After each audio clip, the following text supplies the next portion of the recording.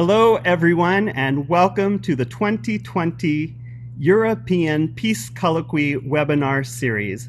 My name is Joey Williams, and I will be your host for our webinar this evening. First of all, a few household items. This webinar will be recorded and will later be published online. So if you do not wish to appear on the recording, you may turn off your video now and also remove your name from the screen by renaming yourself. Please remember to remain muted at all times for the sake of the recording. If you'd like to ask a question during each webinar, you can submit questions to the speaker by typing them into the chat function. And if you prefer that your question remain anonymous, then please send that in a private chat to me, Joey Williams. And then at the end of the presentation, we will share your questions with the moderator and the speaker. You can submit your questions at any time during today's presentation. A warm welcome to anyone who is joining this series of online webinars for the very first time, and welcome back to everyone who has joined us for one of our previous sessions. The 2020 European Peace Colloquy webinar series is organized by peaceprojects.eu. Peace Projects is the Ministry of Community of Christ Europe and is headed by the Community of Christ European Peace and Justice team. Our aim is to provide members and friends of Community of Christ with easily accessible resources, materials, and understanding of peace work in the European context, and give insight into how we might engage in mission together with others. As an online event, we have people joining us from all around Europe, the USA, Canada, Australia, the British Isles, and beyond.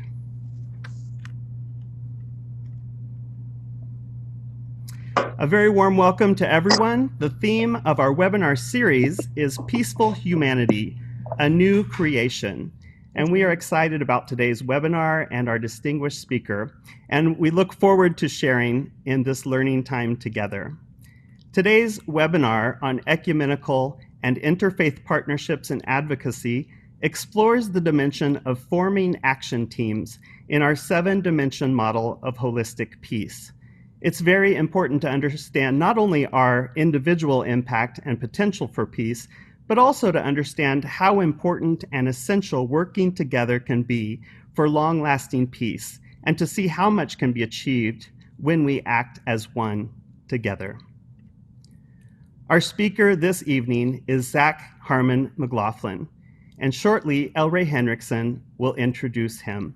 He will be speaking on ecumenical and interfaith partnerships and advocacy. But I want to bring your attention briefly before our speaker talks to our next webinar, which will be on Thursday, August the 20th. Our speakers, Ryan and Georgia Comans, will be exploring the question, can peace begin on our plates? Nonviolence and what we eat. So I will now pass this over to L. Ray Henriksen to introduce this evening's speaker. L. Ray, take it away. Thank you, Joey. It's so good to see so many of you here for this webinar series. Welcome, or as we say in Norwegian, velkommen. First of all, I just want to lead our attention to what has happened also at the recent disaster in Beirut, Lebanon. And our prayers are raised for the families and communities struggling with its aftermath in a time that was already so difficult for so many people. And I encourage many of you to make a donation to one of the organizations that are helping on the ground if you have that possibility. Another item is that today is also the 75th anniversary of an atomic bomb being dropped on Hiroshima. Gathering to further our work on peace is important on such a day. In that regard, I invite you also who are on Facebook to visit the new Community of Christ Peace and Justice page. We have posted Andrew Bolton's most recent article on the legacy of US President Harry Truman, who was from Independence, Missouri, and how that relates to the peace mission of Community of Christ. Andrew will also hold the Community of Christ Historic Sites lecture on August the 8th for those of you who might be interested in hearing that. There's more information on the Facebook page and at the end of his article. Now, I'm very happy to introduce our speaker today, Zac Harmon-McLaughlin. I've had the opportunity to study under Zac in the Community of Christ Seminary, where he serves as Dean and faculty member of the seminary and the Religious Studies program of Graceland University. Zac is one of those very approachable people, generous in his thinking and just outright kind. I've had the pleasure to study in one of his classes, and it was on contemporary culture theologies, and it's very challenging material and very topical even to our conversation in this peace colloquy. Zac has been a full-time pastor, a missionary coordinator, and served as mission center president in the USA and Mexico. So he has a lot of experience working with congregations and all sorts of teams to make mission and projects for peace become a reality. Zac is married to Katie Harmon-McLaughlin, and together they are raising their beautiful daughter, Emma. Zac is passionate about peace and justice, and you'll be drawn into the work through his energy and deep desire to see peace and justice come alive in our local neighborhoods and churches. He truly believes in the power of just a few to make a great difference. He recently invited people to join him in front of the Community of Christ Temple to listen to peace activists speak on racial justice, and then to walk peacefully to the front steps of the Town Hall of Independence, where everyone then knelt down for 8 minutes and 46 seconds in remembrance of the tragic killing of George Floyd. And more than 200 people joined him that day. Zac, welcome, and thank you for being our third guest of the 2020 European Peace Colloquy webinar series. We look forward to your presentation on ecumenical and interfaith partnerships and advocacy. Take it away. Thank you, El Rey. I really appreciate that introduction. El Rey may have called me approachable, but we'll see how you feel about that at the end of this presentation. I'm not apologetic about peace and justice. I am apologetic if I accidentally offend anyone. So I will do my best not to do that. But I am serious about this stuff, and you'll see why shortly. There's so much to cover in so little time. So we're going to just kind of jump right into this. But let me start with this. I live here in Independence, Missouri. I live literally about 6 houses down from Harry S. Truman's home. We find ourselves on the 75th anniversary of the atomic bomb being dropped on Hiroshima, and I am mere blocks from the home of the person who ordered that mission. The reason we talk about ecumenical and interfaith partnerships and advocacy is to emphasize a reality that we cannot simply proclaim the kingdom of God in an isolated individual bubble. We must work with all people in all places to engage in meaningful and sustainable change in the world.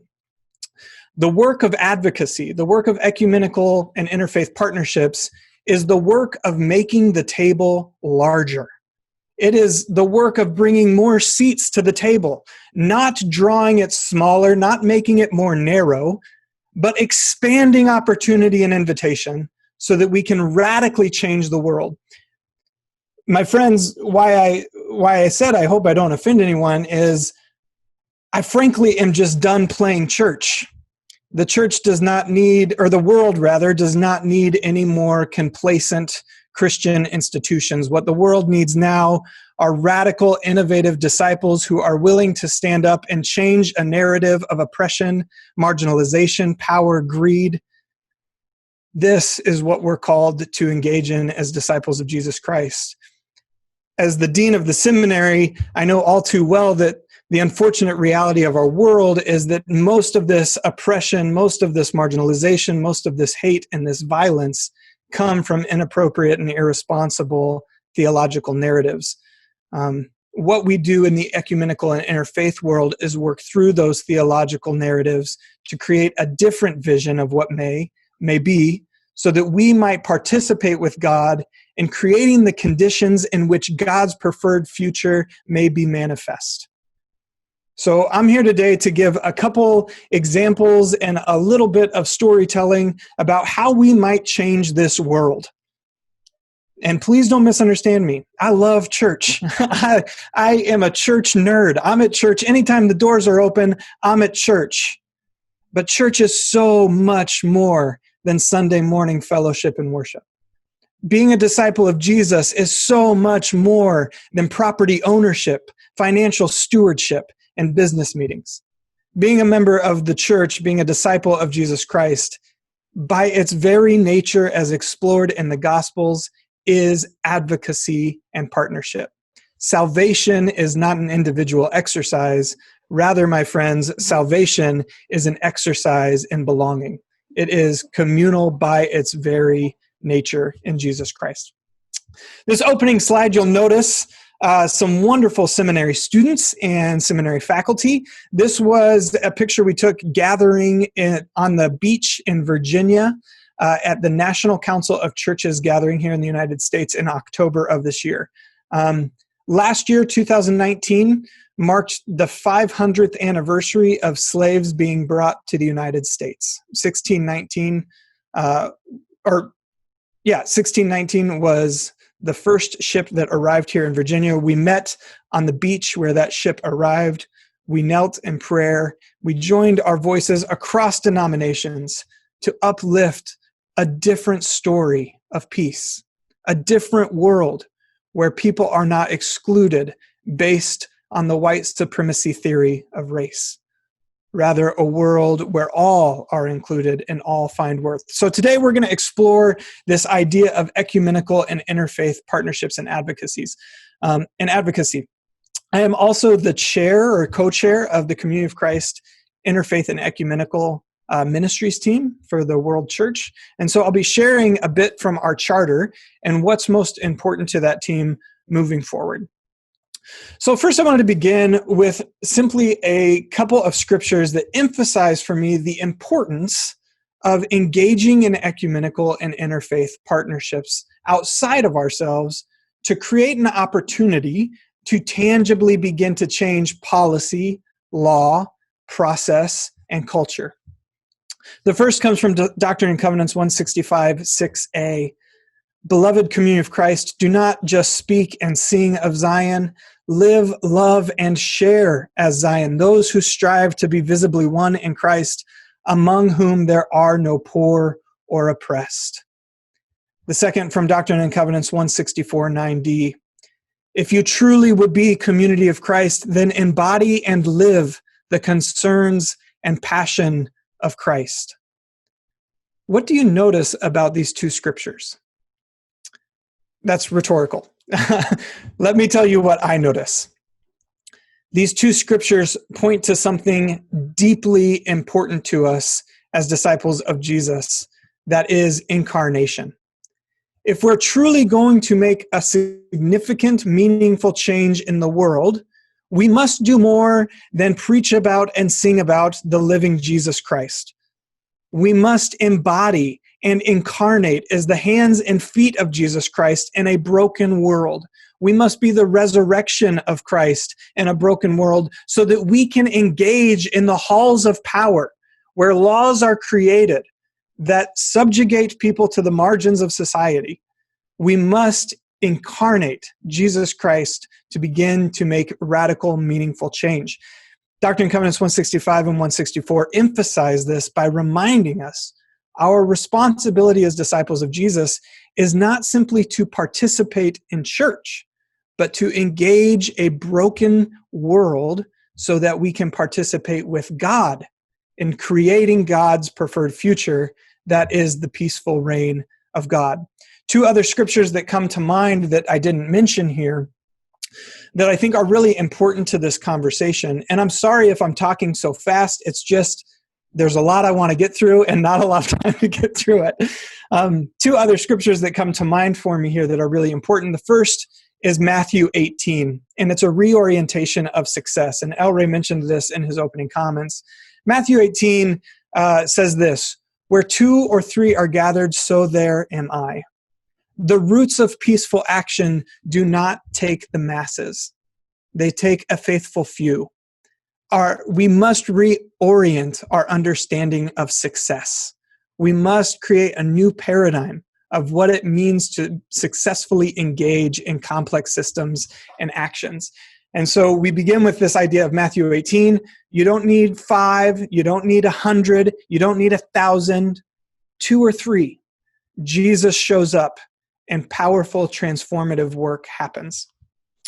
The other emphasis is from Matthew 25, which gives us a rationale for participation with non-believers. In Matthew 25, Jesus is resurrected. He comes back. He's talking to the disciples. And do you know this story? This is what he says. Where were you when I was hungry, when I was sick, when I was cold, when I was thirsty?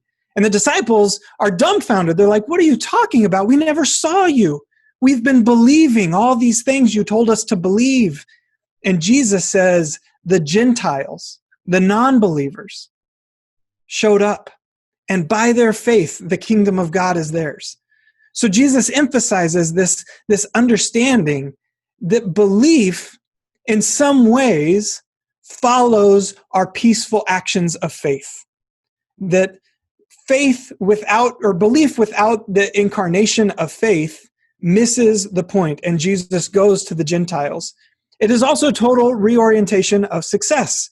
The people who are on the outside, the outsiders, those who don't think like us, those who don't believe like us, those who don't act like us, they show up. And Jesus proclaims the kingdom of God is near. So these scriptures give us a foundational starting place for why ecumenical and interfaith partnerships matter. We also have these things called mission initiatives in the community of Christ. These mission initiatives are reflective of our enduring principles, which are the heart, essence, and soul of community of Christ. These mission initiatives give us tangible missional obligations, tangible missional responsibilities to work in the world. And so from the standpoint of the ecumenical and interfaith team at World Church, we see 3 of these as being really important or imperative to our work in the interfaith and ecumenical world. The first is pursue peace on earth. Ecumenical and interfaith initiatives and organizations serve to promote understanding and cooperation around common concerns such as justice and peacemaking efforts. Also, there will be peace on earth when the major religious traditions of the world are at peace with one another. It is through working together toward peace and justice that it becomes possible. Next is abolish poverty and suffering. Cooperative, ecumenical, and interfaith efforts to abolish poverty and end suffering, both locally and globally, are the most effective ways to achieve this mission initiative. And lastly, develop disciples to serve. Ecumenical and interfaith organizations provide information and resources to educate disciples about advocacy and action opportunities as an expression of Christian discipleship.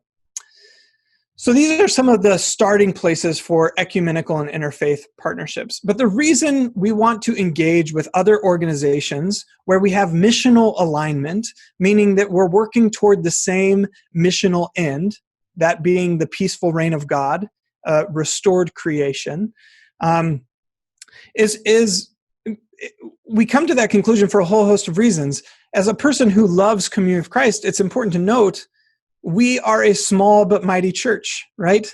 By ourselves, we cannot work and create sustainable peace.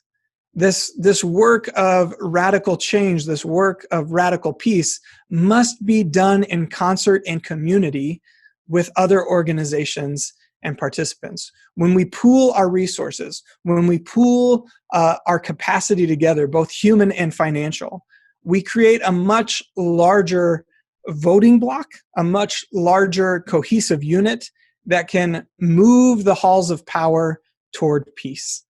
Indeed, this is how the world largely has changed. Massive peaceful protests, massive movements of marching, massive collaborative engagement of humanity who do not all think the same, but see a collective idea and work together to create meaningful change. This is the birthplace of protest. So because I don't know if you can tell yet, but I'm a kingdom builder. I want action. I want to engage in the work of creating change. And so I actually want to give a model today for where do we begin. One of the things that I want to accomplish in this time together is how to start the process of forming a peace and justice action team. Where do we begin without getting overwhelmed at the wild complexity and fluid world in which we live in? And so I want to give this model called the pastoral spiral. This model comes from Maria Simperman's book, Social Analysis for the 21st Century. It's this book right here. I believe you can get it on Kindle, but you can also order it on Amazon or probably find it in a local bookshop, if not order it through a local bookshop. I want to give this model because this model will create a pathway. It's not a one-size-fits-all approach, and it's certainly not the only resource out there, but this model will create a pathway to address some of our assumptions and bias, create meaningful strategic partnerships with other organizations in our community to make meaningful and sustainable social change. So if you're sitting here listening to this presentation, and you're passionate about an issue, maybe it's systemic racism, maybe it's climate change, maybe it's human migration, maybe it is nonviolence. But the more you think about that issue, the more overwhelmed you get by its size, how deeply integrated it is into systems and cultures, and where do we begin? I want to introduce the system as a process to create and a process to start change. So you'll notice there's experience, social analysis, faith reflection, and action. What you may notice right off the bat is this is not a linear process. This is not an A plus B equals C process. This is an iterative cycle that happens on multiple levels simultaneously. When we simply engage experience and action, but leave out what God is up to and the societal influences upon our experience, we fail to engage in incarnation. Or vice versa. Perhaps we've done the discerning work of what God is up to in our midst, and we understand our experience, but again, we've left out our community and haven't done anything about it. We miss out on incarnation. So the point of this process is to give us a holistic approach to ensure we are doing the work of drawing the table wide, ensuring that voices that don't have power are in participation with us, so that we can create partnerships and relationships with other organizations to create meaningful and sustainable change. So our starting place is beginning with experience. It's the what of a thing. What is happening? What are we experiencing? Who are we and why does this matter? So we begin with our own experience and understanding our own context. Why does peace and justice matter to the people of the UK and Europe? Why are we having a peace colloquy? What's the importance of nonviolence, and what has our experience as a church been with nonviolence? An important transition here in defining our experience is moving beyond simple data and into story, into encounter. We are a testimony church. Many of us, our passion for a certain situation or a certain issue starts from an encounter we've had with the Holy Spirit or God. How did we encounter God when it came to climate justice? Why am I passionate about climate justice? Why do I want to engage in this work? And telling that story. In the United States where I live, storytelling has been an incredibly powerful tool for social change. The example I'll often use are LGBTQ plus rights. In the United States for the last 20 years, more and more people began telling their stories. It was less argumentative about data and facts and shifted to storytelling. This is who I am and you know me. What does this mean for this oppressive, dehumanizing behavior? The more we tell stories and humanize our experience, the more we want to engage in collaborative community to create change in those experiences. Narrative and story are transformational. You can argue and debate data and fact, whether we like that or not, you can. It's much more difficult to debate and argue personal story that is transformational. It's important when we're working through articulating our context and experience to name it. What is it exactly we are talking about? To be focused and understand that experience. So many of us may be passionate about multiple issues of peace and justice, but finding focus and clarity can be wildly meaningful so that we can then reach out to other community organizations, be them interfaith or ecumenical, to work to clarify an issue. So while we care about climate justice and human migration, we want to focus on systemic racism. And so we're going to work specifically on that and unpack that experience. That's just an example. Then lastly, when we're looking at our experience, who's still needed here and who is missing? Who isn't at the table that needs to be at the table that's part of what we're articulating?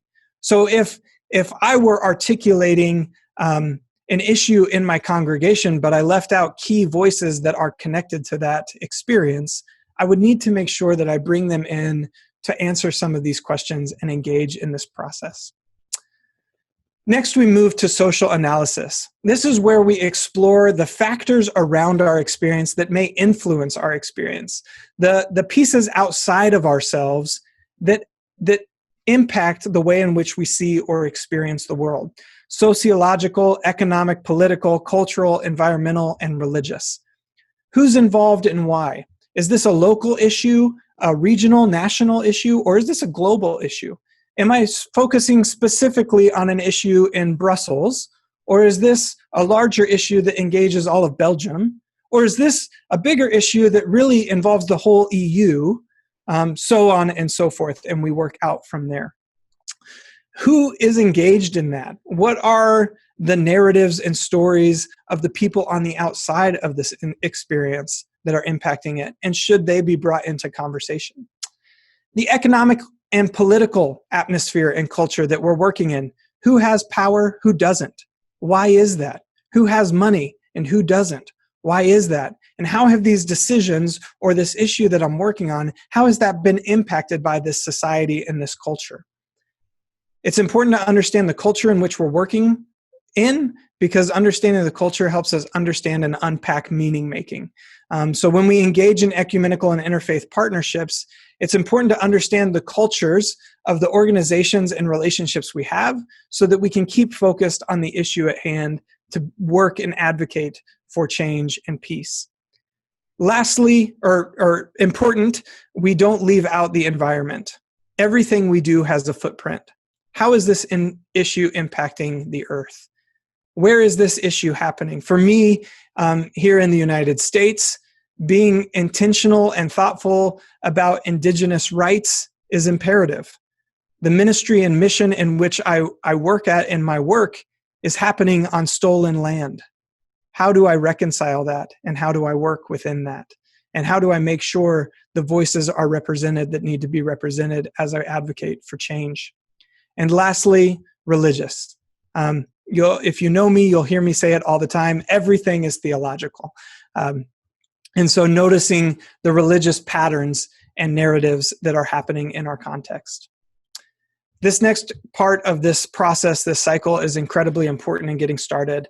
Taking all this data and information before God. What is God up to here? What is God inviting us to here? Where is God in this? This is the discernment process. This isn't just about you and me. This isn't about my agenda or my desire. Rather, this is about my participation with God. This is our burning bush moment.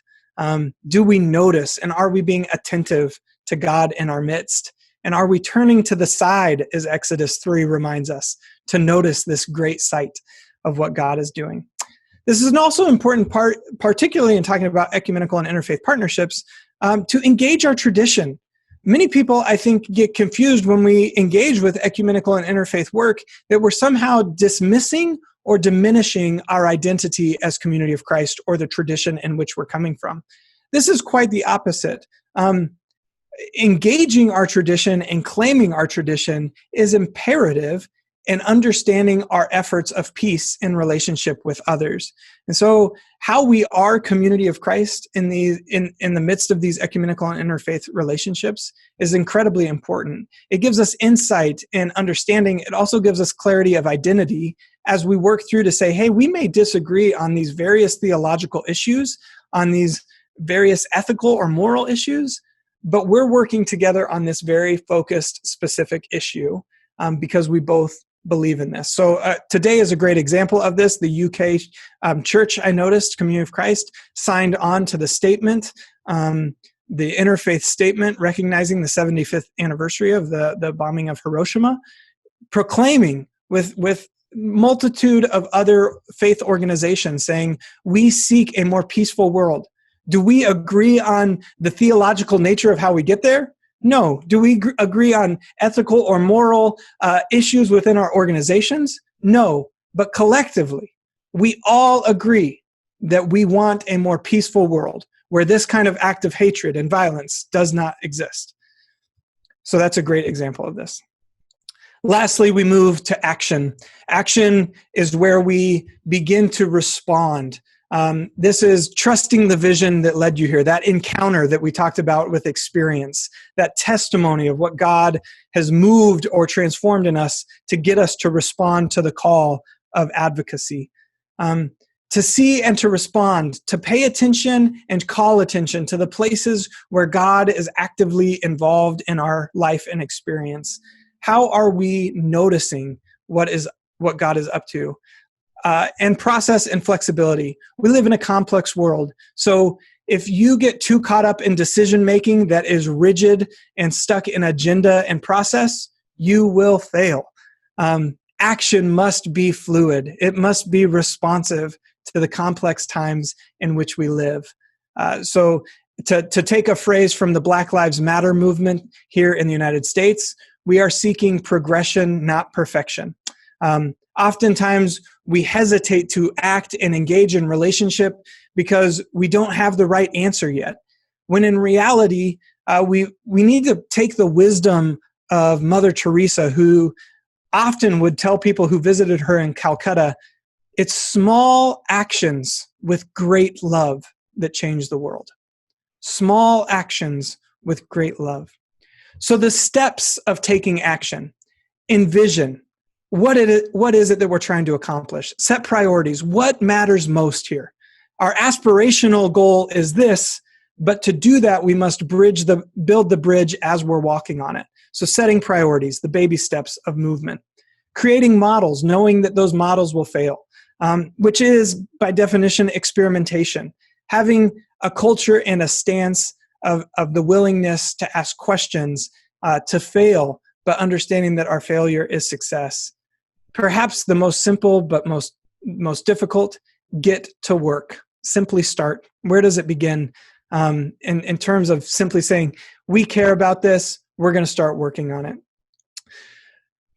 Assess and revise. Having a culture within your team or yourself or the congregations you work with or mission center, whatever it may be, to constantly be in an evaluation mode. What's working, what's not working? What lessons have we learned? How can we shift and adapt so that we can create meaningful social change? And repeat as needed. Again, this is a cycle. It's iterative. It happens up on top of itself. If we just do the work of experience and social analysis, we fail. If we just do action without discernment, we fail.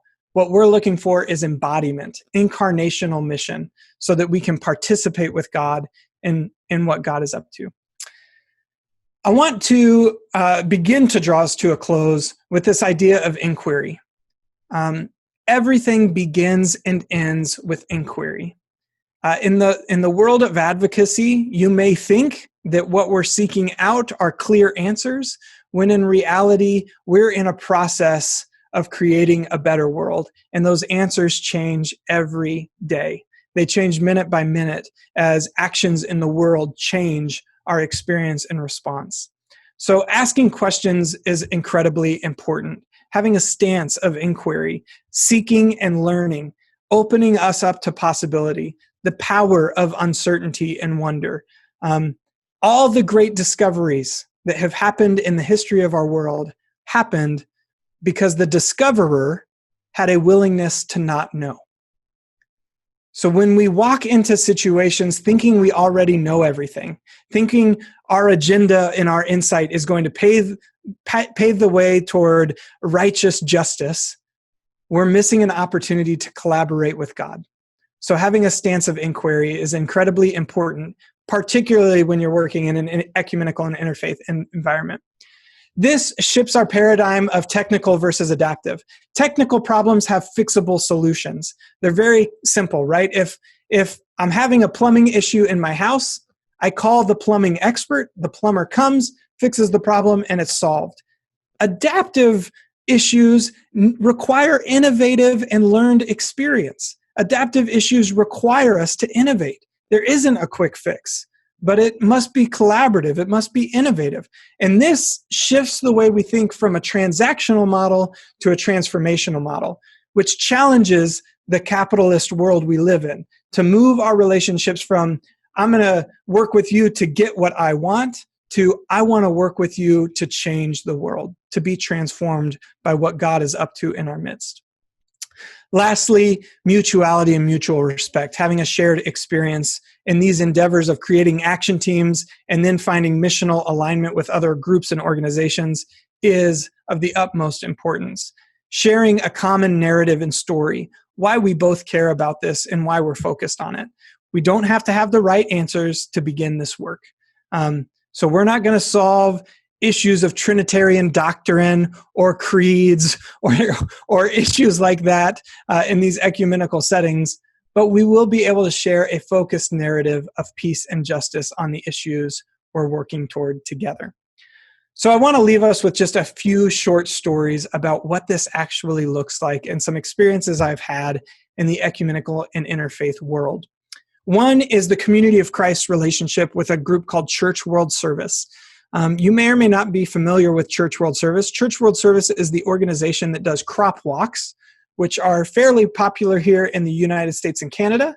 I don't know if they're popular in Europe or the UK at all. But our work with Church World Service, where we serve with over 30 other communions, that is Christian denominations, through our work with them, last year, we helped resettle over 200,000 refugees. Our shared identity with the Armenian Church, the Anglican Church, the Lutheran Church, the Mennonites, the Brethren, the Quakers, all these various denominations, because of our shared passion to abolish poverty and end suffering by financial partnership, by tangible human partnership, and by lobbying lawmakers and politicians, we were able to help resettle over 200,000 refugees. And we did that out of our duty and responsibility of faith. The world begins to change. And the work that it took was simply to show up and have conversation. How are we willing to engage this issue in the places of sanctuary and faith that we're engaged with? Another experience, when I was a full-time pastor in Southern California, I had the opportunity to sit on an interfaith panel with the local city government. This council was pulled together because in the city of Orange, over 80% of the nonprofits, the organizations that run food pantries, clothing opportunities, homeless shelters, were all run by churches or faith organizations. We sat on this panel, and as we had dialogue, we were literally changing the narrative of faith for our community. I'll never forget sitting next to my Sikh brother, actually pronounced Sikh, but I never say Sikh because most people don't know what I'm talking about when I say Sikh, so I say Sikh. Sitting next to my Sikh brother as he began to talk to the community that was sitting there and thought he was Muslim because he was wearing a turban. And he began to articulate the meaning of the turban, but went beyond that to say, my faith is a peace faith. My tradition is a peace tradition. We're sitting in a room with assumptions and narratives that think I'm out to create harm or create violence, but yet I stand here to advocate peace for humanity, peace for the earth, peace for this community. And we literally began to change the dialogue that the lawmakers of our community were having so that we could create an interfaith presence that would work to accomplish that peace. And as the representative of Community of Christ, I was quick to sign on and jump on to say, me too. I come from a peace tradition. I come from a faith tradition that calls me to engage with peace for humanity, peace for my community, peace for the earth. And lastly, an experience I had at a masjid in Walnut Creek, California. That's a house of prayer for Muslims. This was in the midst a few years ago of heightened rhetoric in the United States that was marginalizing and oppressing Muslims in the United States. By virtue of my position as an ordained minister, I donned the stole that you see behind me. I walked to the masjid with a dozen other representatives from various faiths across our city, and we stood in solidarity, telling our lawmakers to remove the travel ban that isolated and marginalized people of the Muslim faith for the city in which we love. Walnut Creek is an incredibly diverse city in the San Francisco Bay Area in California in the United States. We stood in solidarity, we pressured our local legislators, and through our cohesive voting bloc, through the representation of numbers, we were able to say, this group of people care about hospitality, about welcome, and about invitation to the stranger. We do not exclude, rather we draw the table wide. When we engage with ecumenical and interfaith partnerships, we change the world. Okay, I have gone way too long, so I apologize for that. There's more to say, but hopefully we'll explore some of that more in our dialogue and our question and answer session. So thank you for listening to a bit of that. Thank you, Zach. That was great. And it's amazing to hear your passion, as always. I think this has been a great moment of learning for us. I'm sure there are many questions from tonight's listeners. So I'll remind everyone to write your questions in the chat function. Again, please write questions in the chat function. So while we're waiting for Joey to put some of those questions together, I'll get us started with an initial question. You referred to it at the beginning, to two scriptures in particular, and one of those was about being visibly one in Christ. It's a term that we use in our movement as Zion, or as the peaceable reign of God. I also really like when you use the term God's preferred future. Those are kind of very words that speak to me in today's context, and also among whom there are no poor or oppressed. However, when we work with others, ecumenically or interfaith, our concepts, our working concepts, and our words might differ. Our preferred vision of the future that we might ascribe to God might differ from another person's preferred future. So my question is really, what are the pitfalls and the advantages of our own concepts as we work with others? And do you have any experiences to share on that? Yeah. So indeed, our visions will be different. And we know that walking into these experiences. You may have heard me use a term in the presentation, missional alignment. This is where focus becomes really important for these relationships. The Christian church, just the Christian church, so we're not even talking about interfaith work, we're just talking about ecumenical work, has 2,000 years of different opinions about the gospel, about theology, which is why we have hundreds of Christian denominations across the world. And so we have to have an expectation that we do have a different perspective of what the kingdom of God is. And we do have a different hermeneutic or interpretation of what that kingdom of God is calling us to. And so for me, this is where focus becomes really important. Missional alignment. Is your focus on this issue in line with our focus on this issue? We're not trying to fix the organization or change the organization, and you're not trying to fix or change our organization. But what we're saying is together, we have more financial resources to influence change, and we have more human resources to influence change. And so if we can partner on this very focused issue, we can create meaningful, sustainable change.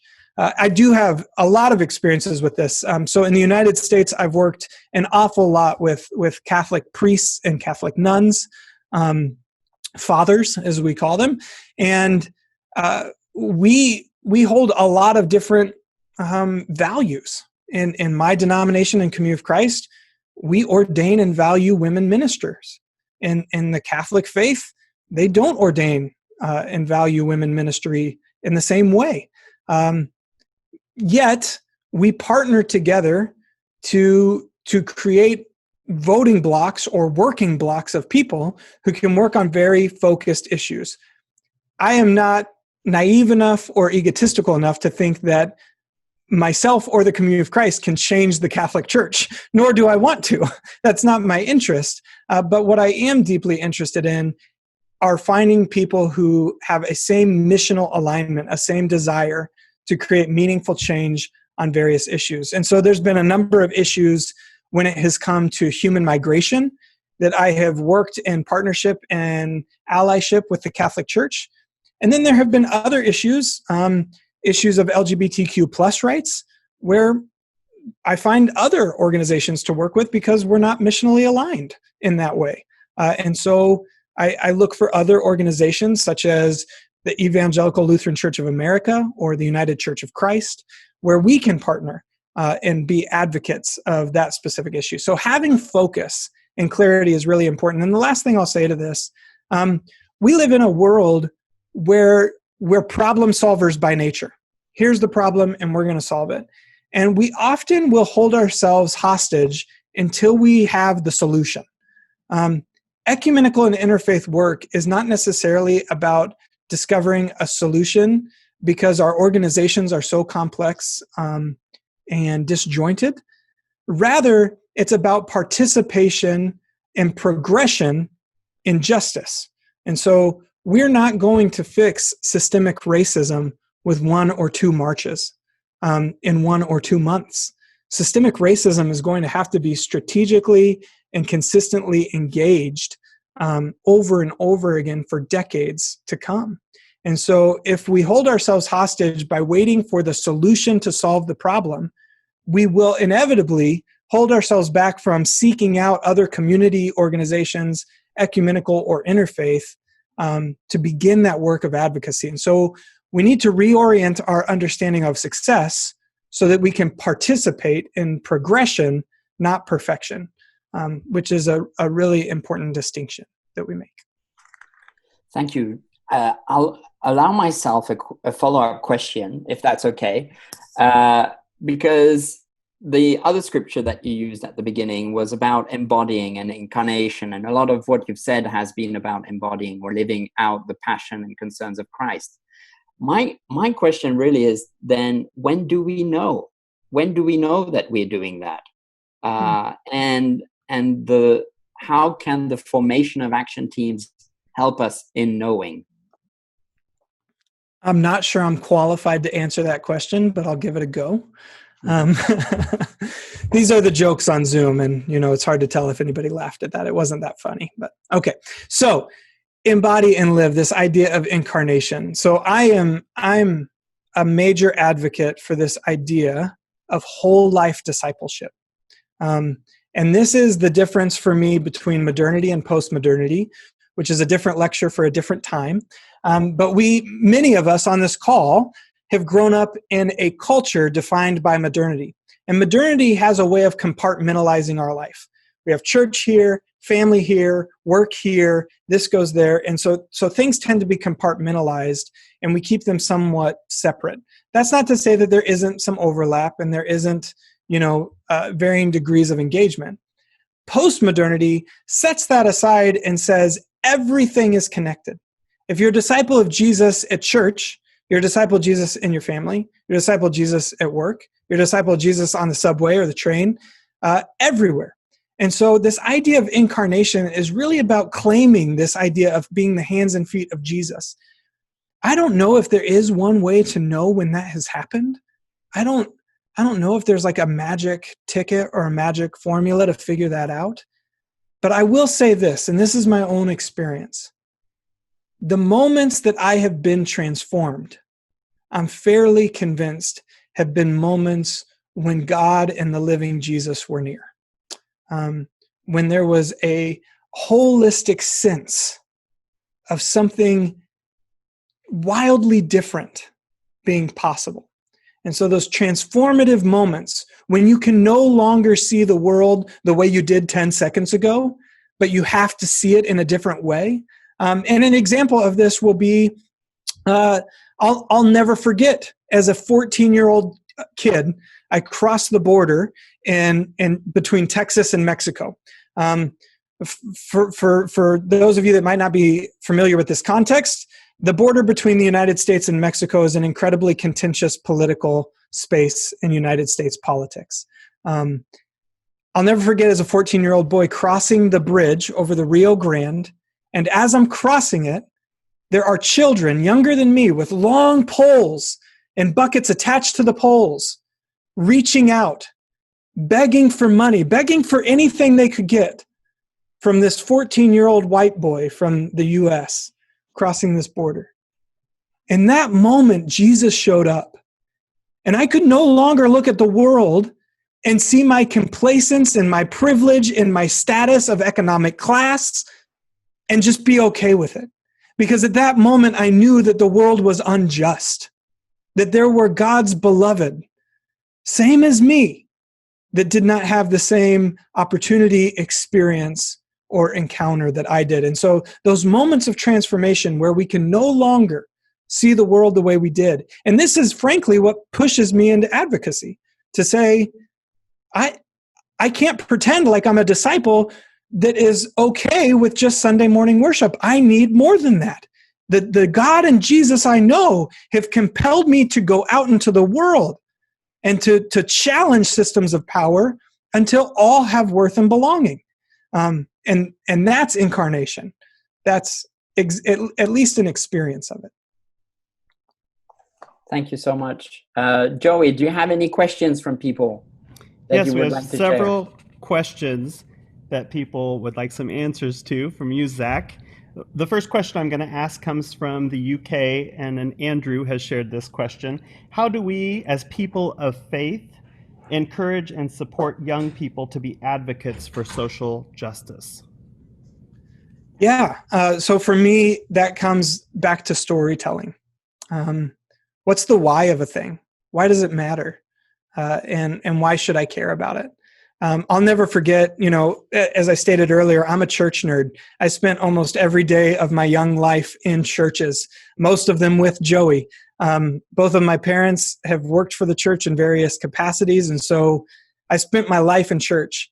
It took until I was 21 years old and in a small village of Kashikishi in Zambia to learn about Jesus Christ. It was the first time in my life when I began to hear that Jesus was less about me and more about the other. And I didn't know that. And so my story of faith was really driven by an individual identity of, why does this matter for me? And why is this important for me?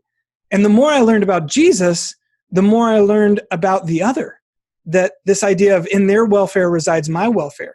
The literal translation of the word compassion means to suffer with another. So this idea of beginning to understand that my faith was less about the individual salvation I hold as God's beloved, and more about giving expression to that belovedness in the other, and that being a proclamation of salvation, that's transformational. And so when I'm talking with young people, when I'm talking to young adults, I remind them, I tell a different story. It's a different theological narrative that isn't about. I'm gonna use the word spiritual consumerism, and what I mean by that is me church. I need these things to fill me. I need to be filled. I need to get this. While that's important, we are a people of the temple. this is a spiral. This is the inward-outward journey. And what often happens is we're really good at one of those two things, but rarely are we good at both. And what I mean by that is you have congregations that are really, really good at the inward focus of nurturing and care of our people, which is important, and we got to do it. Or you have congregations that are so focused on mission and invitation and peace and justice that they're forgetting to nurture and care for the community. What we need is both. We need a theological and faith narrative that reminds us of the inward-outward journey of our discipleship. And that's, again, not to beat this, but that, again, draws us to incarnation, the inward-outward journey of the disciples. So it's our story.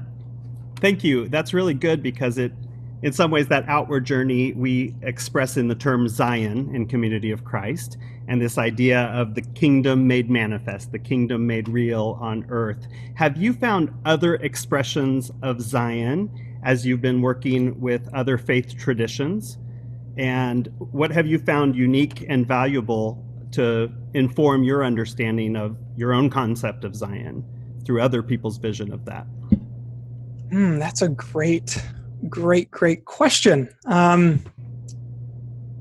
Yes, you can't have relationship with others without learning from them and encountering profound truths about their experience. So I've been deeply moved by learning more about the Sikh tradition and the Muslim tradition, particularly in my work in California and some of the hostile dialogue around the Muslim faith in the United States, learning more about some of the peace narratives that come out of that tradition has been incredibly eye-opening. And in particular, learning more about the Sikh tradition and the emphasis of peace in that tradition, drawing them to a new creation has been deeply, deeply meaningful.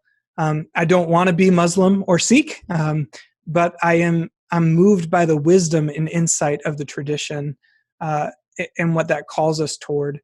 In terms of how that has shaped or how I've engaged my understanding through a Community of Christ lens, one of the things that I have really loved, in many ways, Community of Christ is really new to the interfaith and ecumenical world.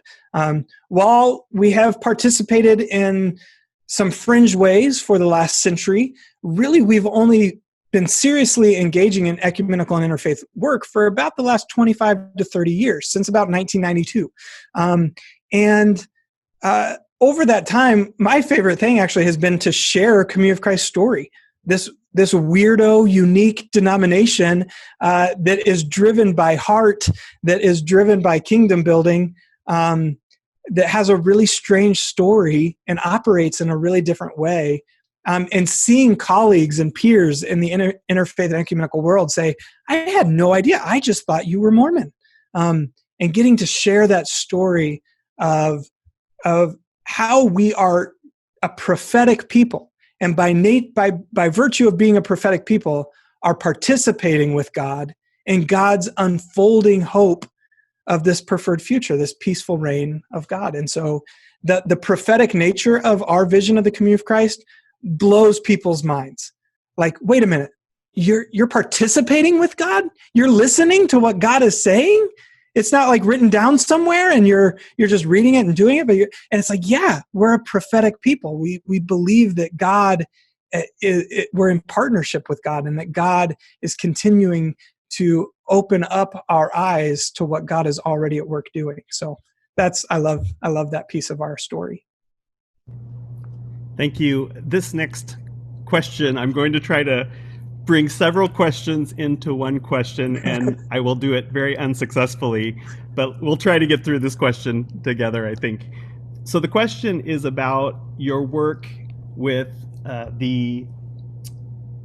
you're on a committee. There's the Ecumenical and Interfaith Committee now of Community of Christ. So the first part of the question is describing some of that work and what you do there. Then I want to roll in two other aspects of that. And one of those is, how have you dealt with some of the stigmatization that comes as being considered Mormons, for example, with those groups, and how have you overcome some of those things? And then the second question is, how, with your dealings with this committee, how are you trying to address some of the root issues such as bias analysis and things like that, as opposed to just the results and the consequences of things that have happened in the world? Yeah. So the Ecumenical and Interfaith team was established in 1992, I believe. Don't quote me on that date, but I think it's in that ballpark, by World Conference resolution. And on this team, we focus on a couple of priorities currently in this interconference period. Currently, we're working on expanding national recognition on various National Council of Churches, which is, I know, something that some folks in Europe and the UK have worked on in the past. As well as other places. So getting the Australian Church as part of Australian Council of Churches, African Council of Churches, so on and so forth. And so that's one of our priorities, is to begin the work of starting those dialogues. And I'll get to more of that in a second as I answer the second piece of that question. We also are beginning in the very baby stages of working on getting recognition on World Council of Churches. So that's a priority for us as a global denomination, to have a seat at a global table that makes global statements and responses to the complex world we live in. And then probably the most significant priority we have for this interconference period will be dear to the folks on this call. We're working on the ecumenical and interfaith response to nonviolence. So what are the implications of nonviolence in an ecumenical and interfaith setting? What are the impacts or integrity of that conversation in our relationships with various national and international organizations, in our partnerships with other denominations and other faiths? And so exploring how the church might respond to nonviolence and what that would mean for partnerships in other places. So I might need your help here, Joey, just to follow that question, but I believe the second part was dealing with theological issues that may keep us from certain tables or certain partnerships. Is that? The second part, I believe, was more about how are we addressing the root causes of some of the systemic problems or issues that are out there, rather than just trying to treat them or, have a Band-Aid approach. Yeah. So in regards to that, anytime you do advocacy work, it is slow and arduous. It takes a lot of time and a lot of simply showing up. It's not necessarily hard work, but it's showing up work. So one of the ways we do this, it's very situational. So it kind of depends on the group or organization that we're working on. But one of the ways we do this, again, gets back to this idea of expanding the table, making sure the voices are around the table that need to be around the table, so that we're not getting confirmation bias or in a silo of like-mindedness, but that we're pulling in the voices that actually have experience with the issue we're talking about. So El Rey mentioned that I organized a peace march here in Independence on racism. It would have been incredibly inauthentic for this white middle-class heterosexual guy to organize a racial justice march, because I am the epitome of the dominant culture. I don't suffer from racial injustice. So what we did is I worked and I partnered with local advocates in our area to say, hey, I have a platform by virtue of my privilege, which I can engage people. So I'll get them to show up, and then you tell us what's going on. As a black man, as a black woman, you give us the experience of the context, because I can't do that as a white man.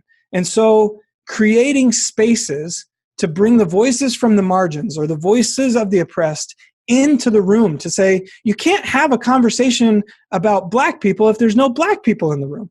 It's inauthentic. It's not ethical. And so to have those kind of opportunities to ensure that you're not creating an echo chamber of confirmation bias. And then the last comment on that is making sure that we're staying focused on the issue at hand, particularly in ecumenical and interfaith settings. It's real easy to get sidetracked by theological issues that aren't relevant to the focused issue of justice. And so to reiterate and remind people, we're here to deal with climate change. And I'm going to come at it from this angle of Scripture because that's what my faith calls me to. You're going to come at it from this angle of democratic resolution from your body, and that's great. But ultimately, we're focused on the ends, which is social change. So I could probably talk more about that, but I think those are the key pieces, ensuring that the right voices are around the table. If you ask an inadequate question, you're going to discover an inadequate solution.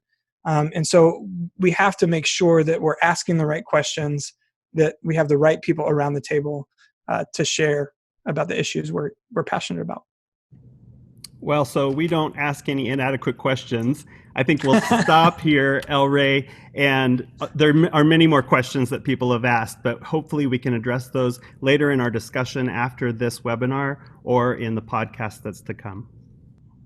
Zac, there's been a lot of things here condensed in less than a bit more than an hour now, and it's been great to hear this. One of the things that actually just stays with me is it's kind of this aspect of inquiry and asking questions, but not only asking questions about others, but asking questions about ourselves as well and the way we view the world, and also why we do what we do. And also to seek out quality in our relationships among ourselves and with others. So we have more questions for you. So we're going to do a podcast with you very soon, which will be available on our series, Grounds for Peace, on Project Zion Podcast. So keep an eye for that. And now, Joey, if you want to remind us a bit of the other things that are coming up, we will close this session. Well, thank you once again, El Rey. And thank you also, Zac. Just a reminder to everybody that our very next session will be on Thursday, August the 20th at 7 o'clock UK time, 7 o'clock in the evening.